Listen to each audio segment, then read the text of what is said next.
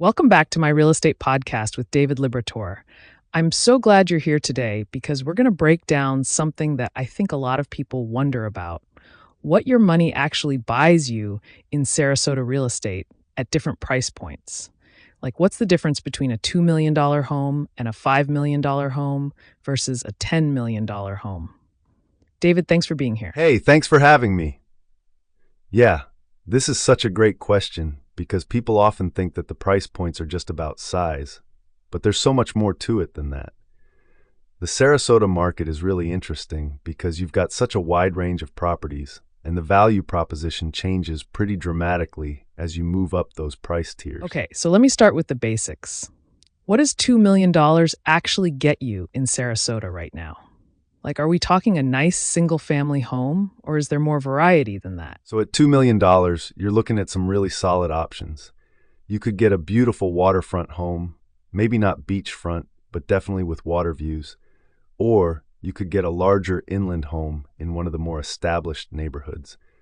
The homes are typically 3,000 to 4,500 square feet, well-maintained, often updated. You're getting a property that's move-in ready, good bones, maybe a pool. It's a really sweet spot for a lot of buyers because you're getting quality without going into that ultra-luxury territory. Interesting.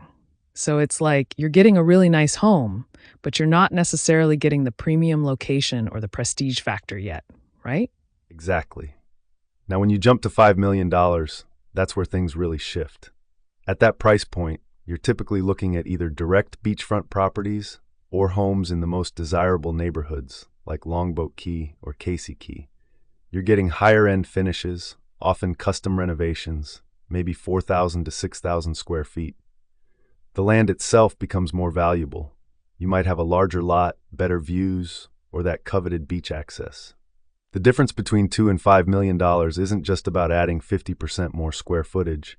It's about location, prestige, and that lifestyle factor. Oh, wow.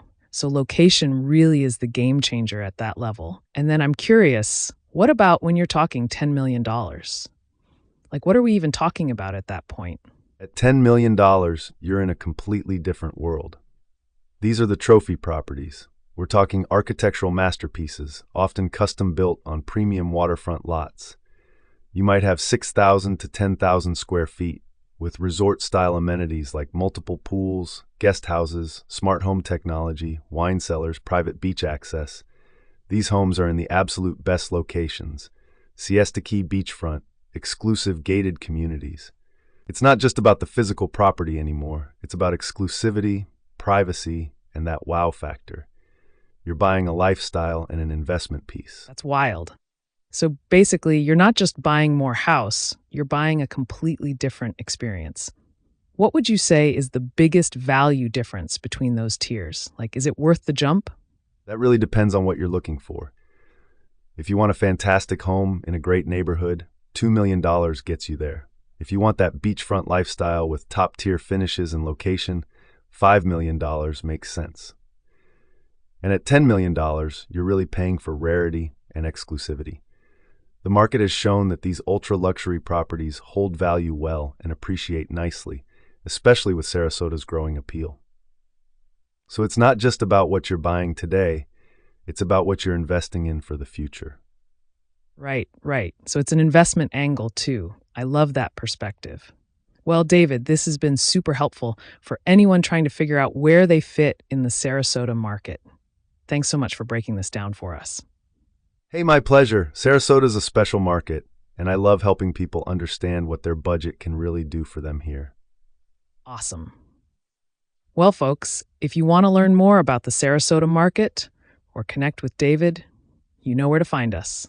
Thanks for tuning in to my real estate podcast with David Liberator. We'll catch you next time.